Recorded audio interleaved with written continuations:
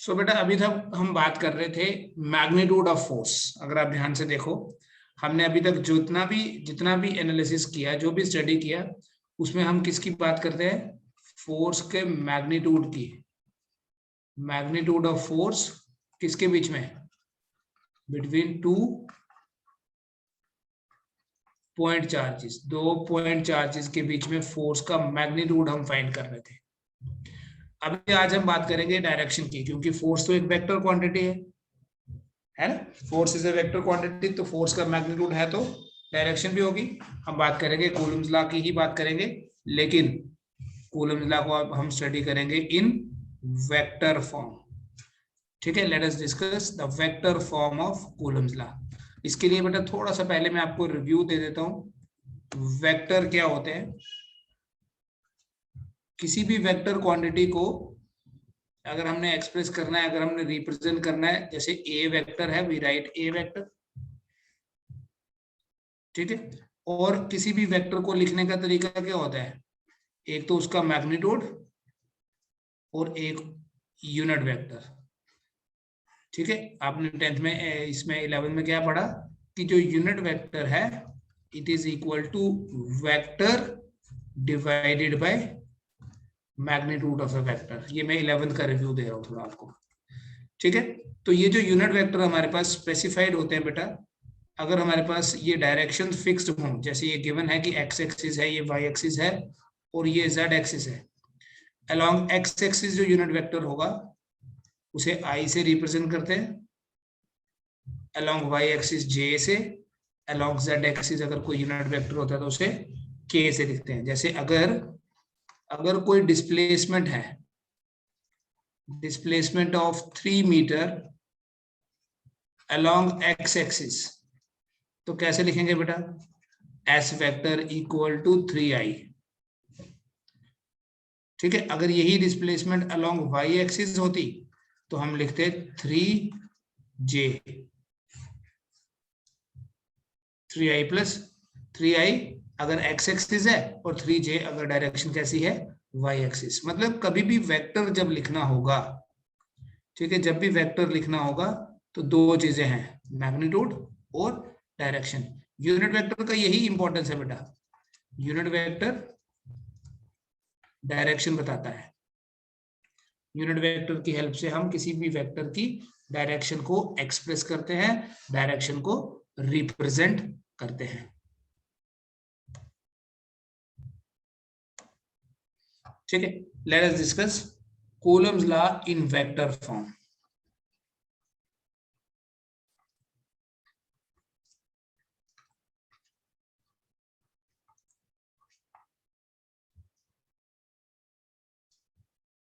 जिसमें हम सिर्फ फोर्स के मैग्नीट्यूड की बात नहीं करेंगे, हम फोर्स की डायरेक्शन की बात भी करेंगे।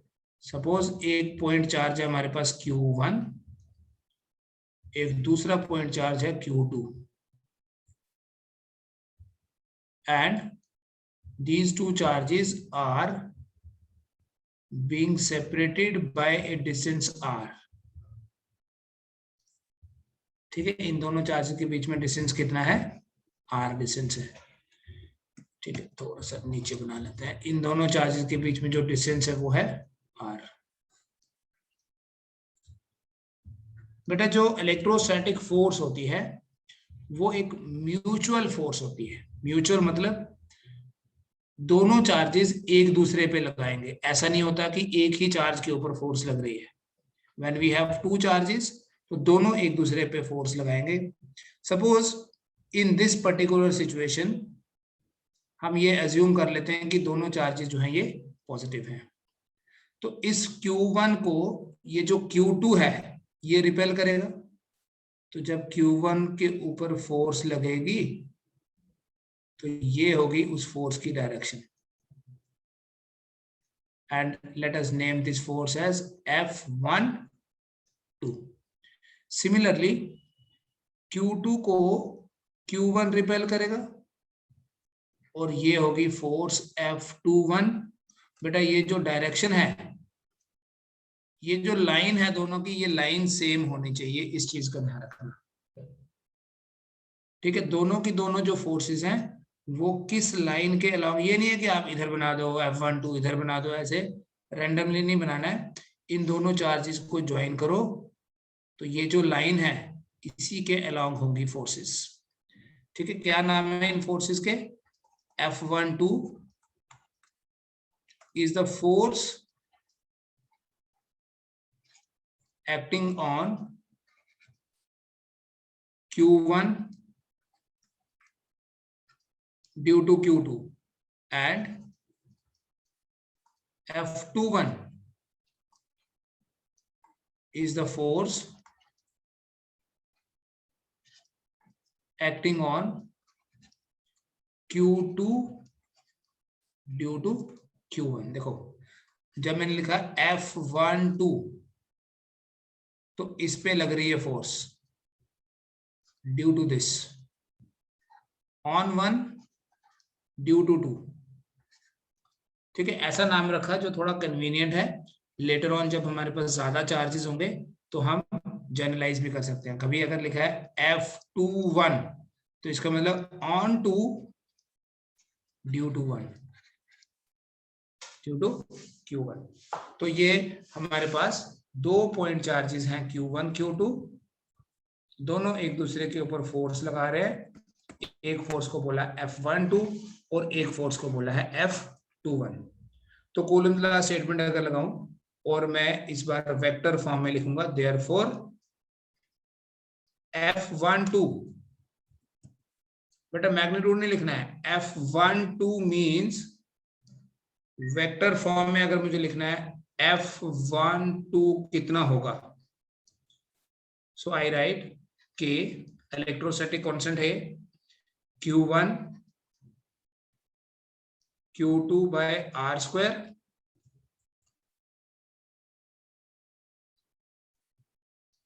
लेकिन ये जो स्टेटमेंट है बेटा अभी इनकम्प्लीट है क्योंकि इसमें सिर्फ अभी मैग्नीट्यूड की बात की है। तो मैग्नीट्यूड के साथ आपको यूनिट वेक्टर लगाना पड़ेगा। अब देखिए जो ये यूनिट वेक्टर यहाँ लगाएंगे ये ऐसा यूनिट वेक्टर होना चाहिए जिसकी डायरेक्शन यही डायरेक्शन हो।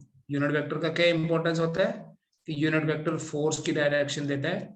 मैंने रेंडमली, क्योंकि मुझे पता नहीं है कि ये डायरेक्शन हमेशा ही एक्स एक्सिस होगी, हो सकता है चार्जेस ऐसे पड़े हैं, ऐसे पड़े हैं चार्जेस, फिर तो एक्स एक्सिस नहीं बोल सकते। तो मैंने यहाँ एक यूनिट वेक्टर अपनी मर्जी से चूज कर लिया 2 से 1 की तरफ। और 2 से 1 की तरफ बोलने का मतलब है कि जो फोर्स की डायरेक्शन है अलोंग दैट डायरेक्शन। तो आप यहाँ स्पेसिफाई कर लीजिए चाहे here R21 is a unit vector from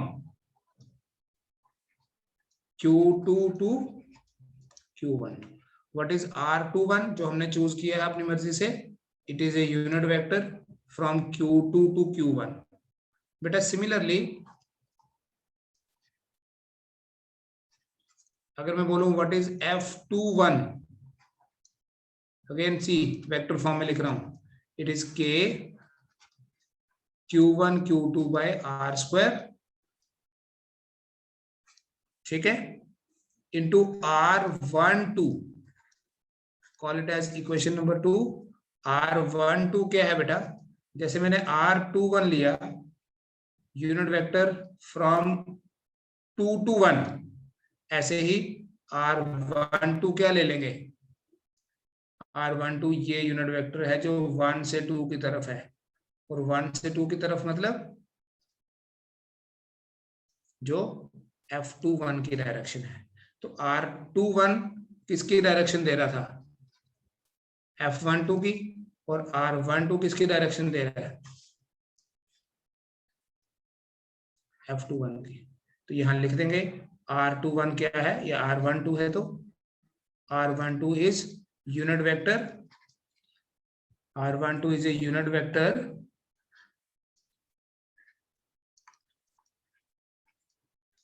from Q1 to Q2। सो बेटा कंक्लूजन ये है कि अगर आपके पास 2 पॉइंट चार्जेस Q1 और Q2 हैं अभी आगे चलेंगे, आपने ये डायग्राम दोबारा नहीं बनानी है।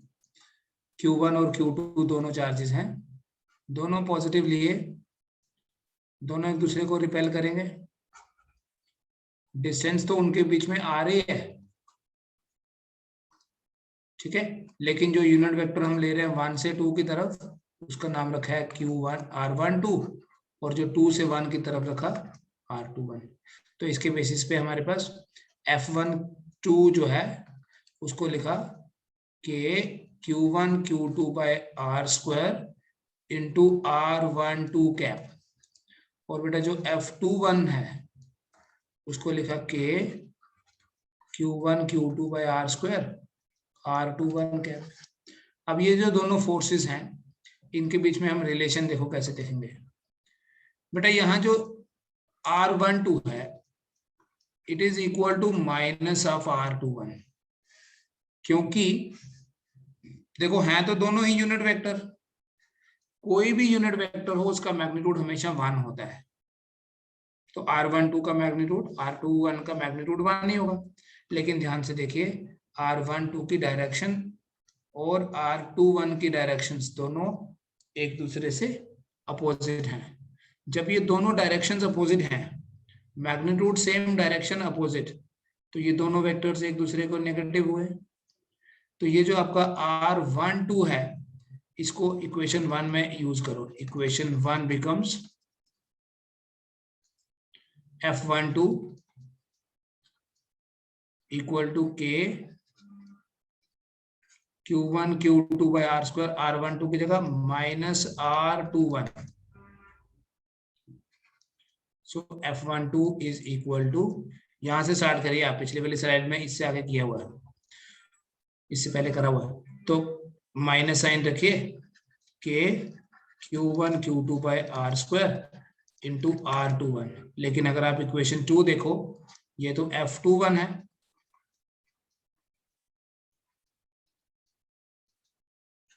F12 equal to minus of F21।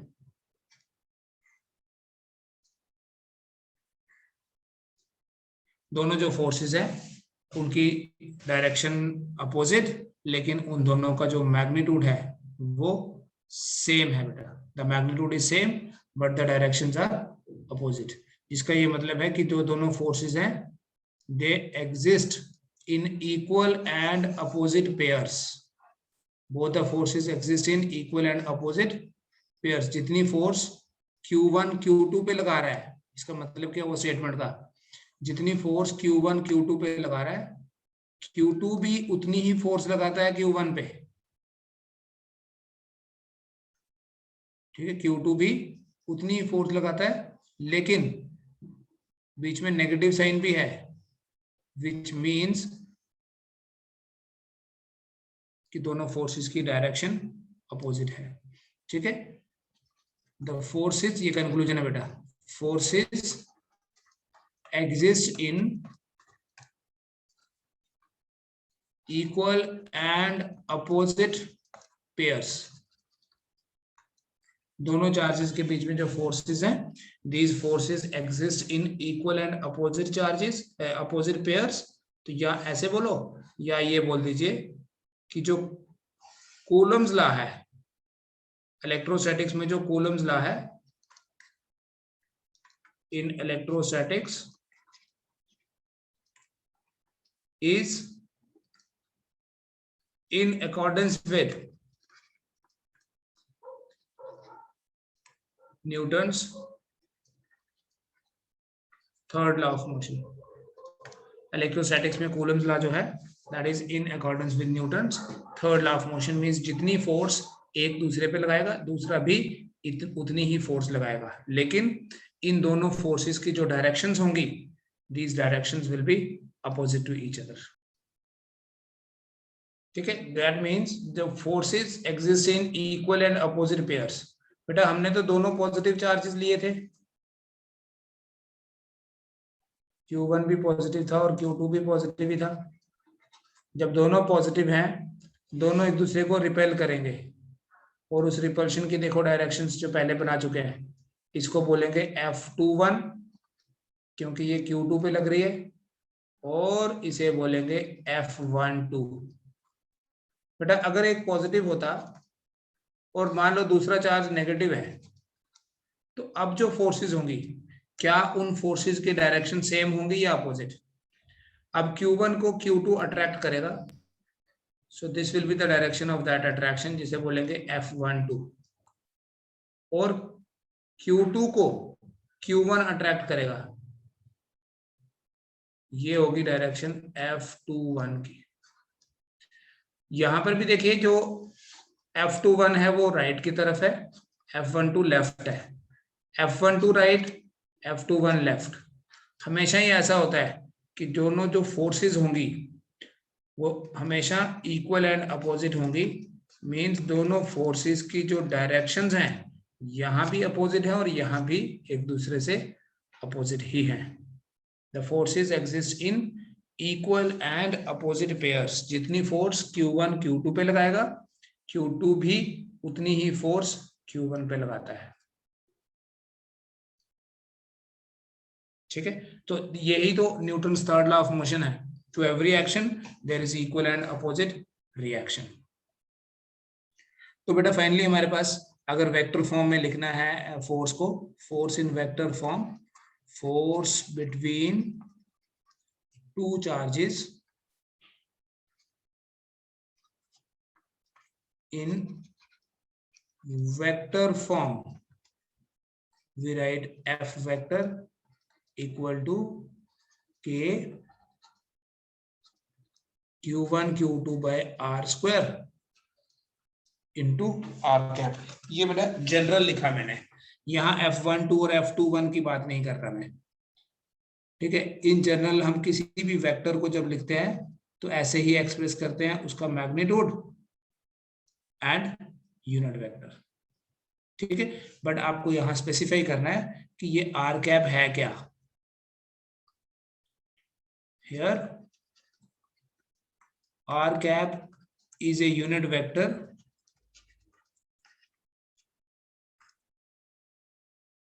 which gives the direction of,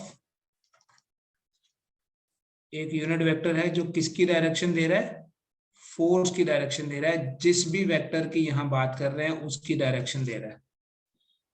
ठीक है, और अपनी मर्जी से हम नाम चूज कर सकते हैं, F12 F21, सिर्फ कन्वीनियंस हम देख के चूज करेंगे हमेशा। सिंस कभी भी हम यूनिट वेक्टर लिखते हैं we write vector divided by magnitude of the vector, है ना। तो यहाँ आर कैप की जगह क्या लिख सकते हैं, R vector divided by magnitude of R vector,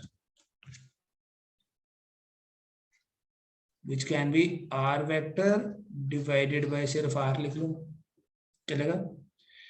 इस यूनिट वेक्टर की जगह ये डाल दो, तो f वेक्टर क्या होगा, k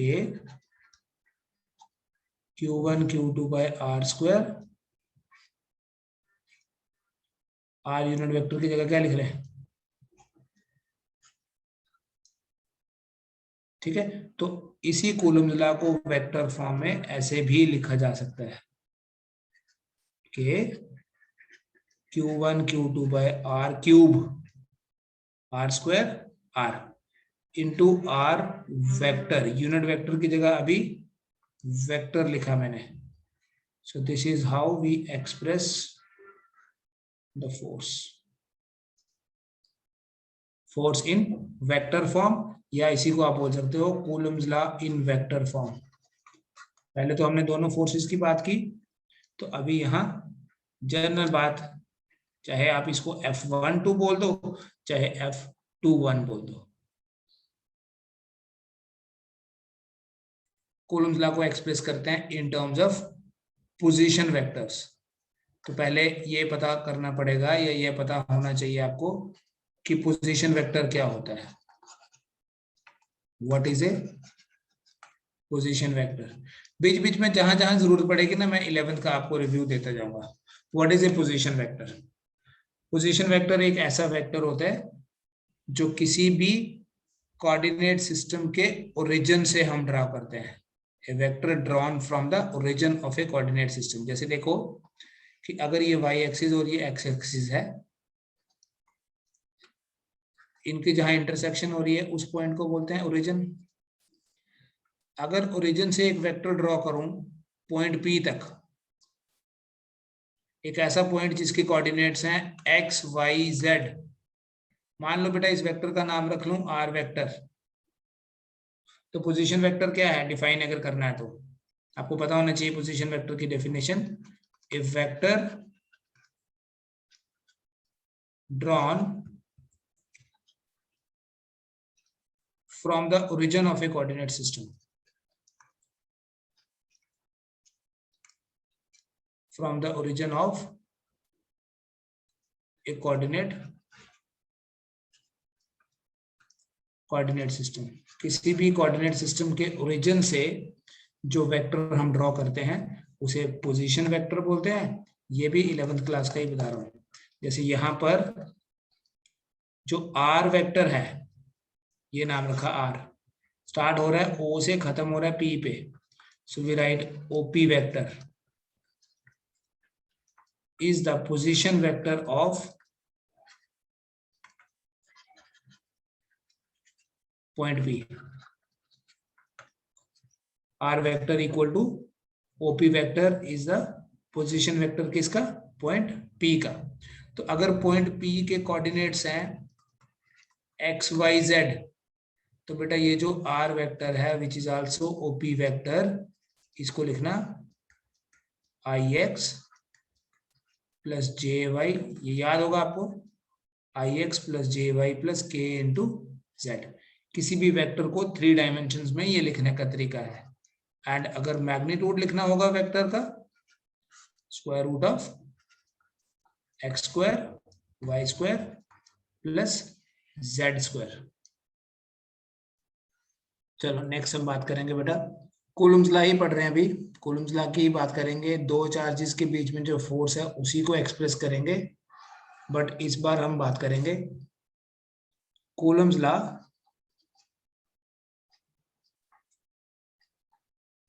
in terms of position vectors of two charges.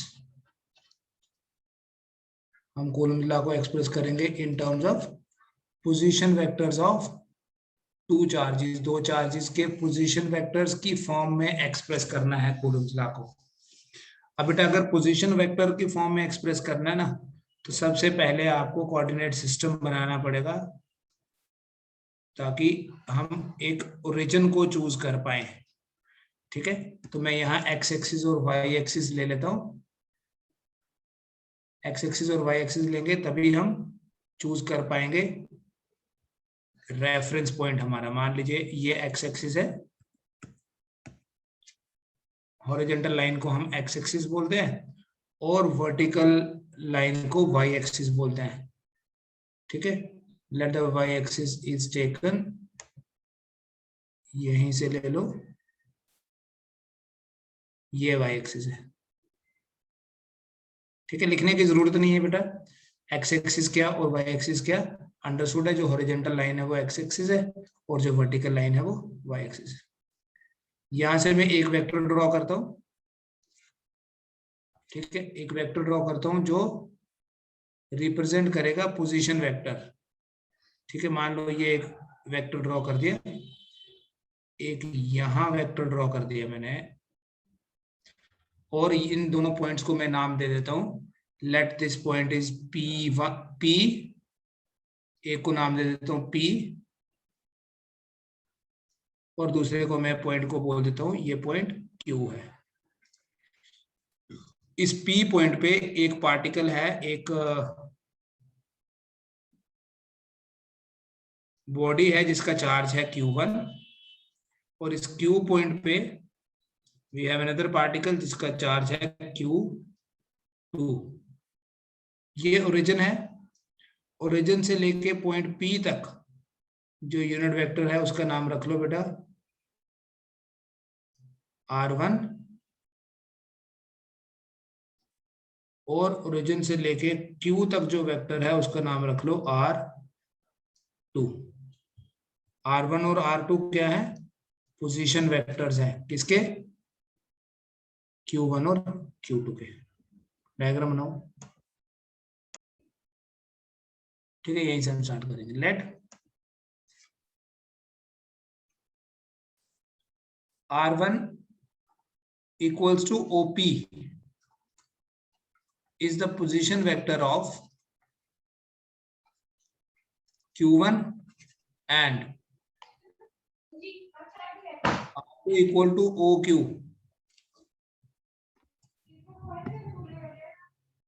is the position vector of Q2। ठीक है, एक का पोजीशन वेक्टर R1, एक का पोजीशन वेक्टर R2। क्या करते हैं, इन दोनों के बीच में जो डिस्टेंस है उसे तो हम R से ही रिप्रेजेंट करेंगे, ये वाला। बट पहले फोर्स की डायरेक्शन देख लो बेटा। ये दोनों चार्जेस जो हैं, अगर दोनों पॉजिटिव लिए तो ये दोनों एक दूसरे को रिपेल करेंगे। ठीक है, जो Q1 के ऊपर फोर्स लगेगी उसकी डायरेक्शन होगी ऐसे, और जो Q2 के ऊपर फोर्स लगेगी उसकी डायरेक्शन ये होगी। दोनों चार्जेस एक दूसरे को रिपेल कर रहे हैं, सो ये रिपल्सिव फोर्स है F12 और ये है F21 ऑन 1 ड्यू टू 2। अगर मैं 2 से 1 की तरफ जो वेक्टर है उसे मैं ले लूं R21, दिखाई दे रहा है? 2 से 1, तो कूलम्स लॉ के अकॉर्डिंगली हम किसी भी फोर्स को एक्सप्रेस करेंगे। यहाँ पहले क्या करो बेटा, ये पोजीशन वेक्टर है ना, मतलब वेक्टर फॉर्म है ये भी, तो हम क्या करते हैं, triangular law of vector addition लगाते हैं। अप्लाई ट्रायंगुलर लॉ ऑफ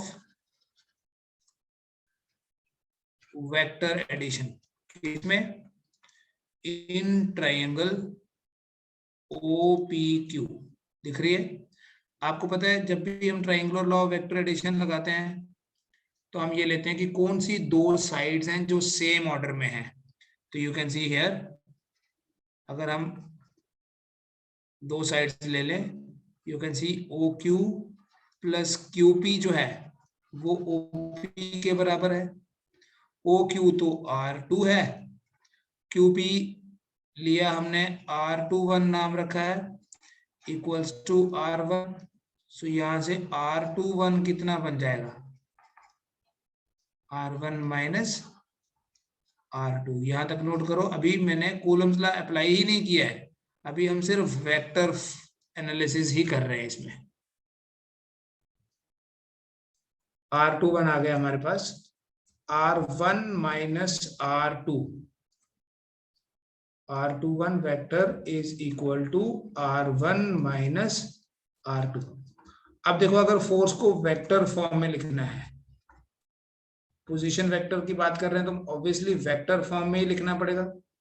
मान लो मैं इस फोर्स को देखूं, F12 को क्या लिखूंगा, अभी आपको बताया, it is equal to K Q1 Q2 by force की डायरेक्शन में कौन सा वेक्टर लिया है, R21 लिया है, तो R21 square into R21 cap.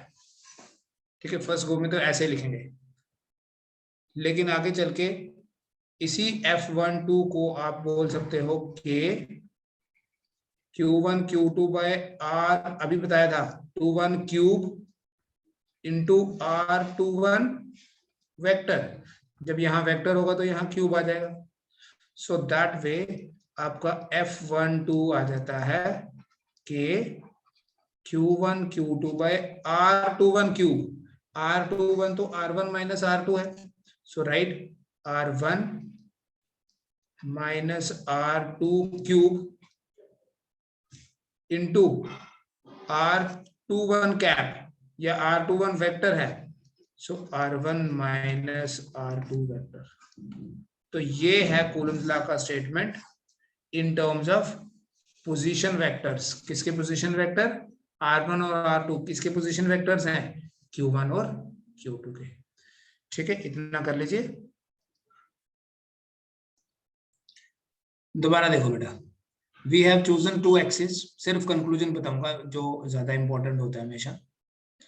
हमने 2 एक्सिस चूज कर ली, नाम रख दिया एक्स एक्सिस वाई एक्सिस, लिखा नहीं क्योंकि अंडरस्टूड है हॉरिजॉन्टल एक्स और वर्टिकल वाई होती है।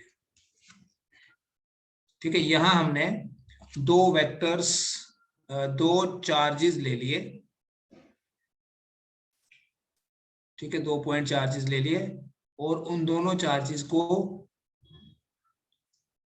इस तरीके से रखा कि एक का पोजीशन वेक्टर R1 है और दूसरे का पोजीशन वेक्टर R2 है। R1 और R2 क्या है? पोजीशन वेक्टर्स हैं इन दोनों चार्जेस के। ठीक है, तो ये ओरिजिन है हमारे पास, इस कोऑर्डिनेट सिस्टम का यहाँ ओरिजिन आ गया। तो ओरिजिन पे हमारे पास ये पॉइंट O बोल दो। ठीक है, इन दोनों के बीच का जो डिस्टेंस है, इन दोनों के बीच का जो सेपरेशन है, उसको रिप्रेजेंट कर लो with the help of this vector. अब आप ये पूछ सकते हैं कि मैंने F12 ही फाइंड किया, क्या हम F21 नहीं कर सकते? बिल्कुल कर सकते हैं, F21 फाइंड कर सकते हैं। यहाँ जो Q1 है, इस Q1 के ऊपर जो फोर्स लगेगी, पॉजिटिव है बेटा, इस Q1 के ऊपर जो रिपल्सिव फोर्स लगेगी, डायग्राम ध्यान से समझना है, जो रिपल्सिव फोर्स इस Q1 पे लगेगी, ये होगी उसकी डायरेक्शन। और इस Q2 पे जो रिपल्सिव फोर्स लगेगी, ये होगी उसकी डायरेक्शन। ठीक है, एक चीज मैं बार बार बोलता हूं बच्चों को कि दोनों फोर्सेस का जो लाइन ऑफ एक्शन है वो सेम होना चाहिए। मींस अगर आप दोनों फोर्सेस को एक्सटेंड करें, जैसे ये F12 है, मैंने अभी यहाँ चार्जेस को नाम भी देना है, ये F21 है, तो अगर इन दोनों एरोज को मैं एक्सटेंड करूं, they should be along the same line, दोनों का लाइन ऑफ एक्शन सेम। यहां मेरे पास Q1 है, यहां मेरे पास Q2 है। ठीक है, ये पॉइंट है P, और O से लेके P तक जो वेक्टर है वो है R1, O से लेके Q तक जो वेक्टर है वो है R2। अब मैंने अभी जो डेरिवेशन की एक फोर्स पता करी, मैंने F12 को एक्सप्रेस किया, आप F21 को भी कर सकते हो। देखो, अगर मैं यहां से ले लूं वेक्टर, जो वेक्टर मैं 1 से 2 की तरफ लूंगा उसका नाम मैं रख लेता हूं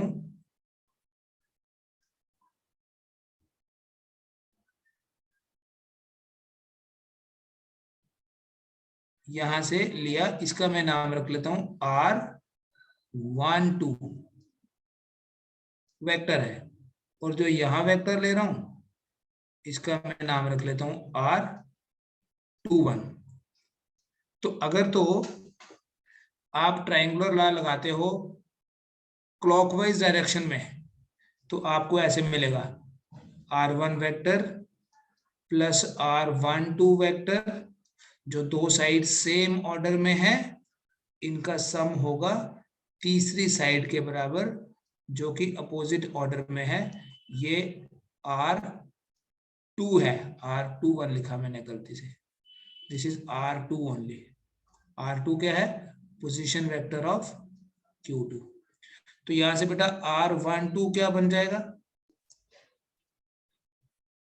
R2 vector minus R1 vector. In the similar way, ये मैं क्लॉकवाइज लगाया, अगर मैं ट्रायंगुलर लॉ एंटी क्लॉकवाइज लगाऊं, आपने एक ही तरीके से लगाया, just making the things clear. Anti clockwise, O से लेके Q तक हो गया R2 प्लस Q है, जैसे ये P है, Q से लेके P तक हो गया R21 and it is going to be R1। सो यहां से देखो R21 क्या बन गया? R1 माइनस, जो अभी हमने यूज भी किया।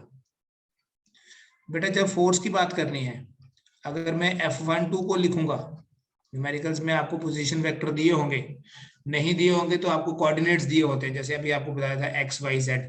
तो F12 को क्या लिखना है, K Q1 Q2 bye F12। देखो इस डायरेक्शन में जो वेक्टर है वो है R21 which is equal to R1 minus R2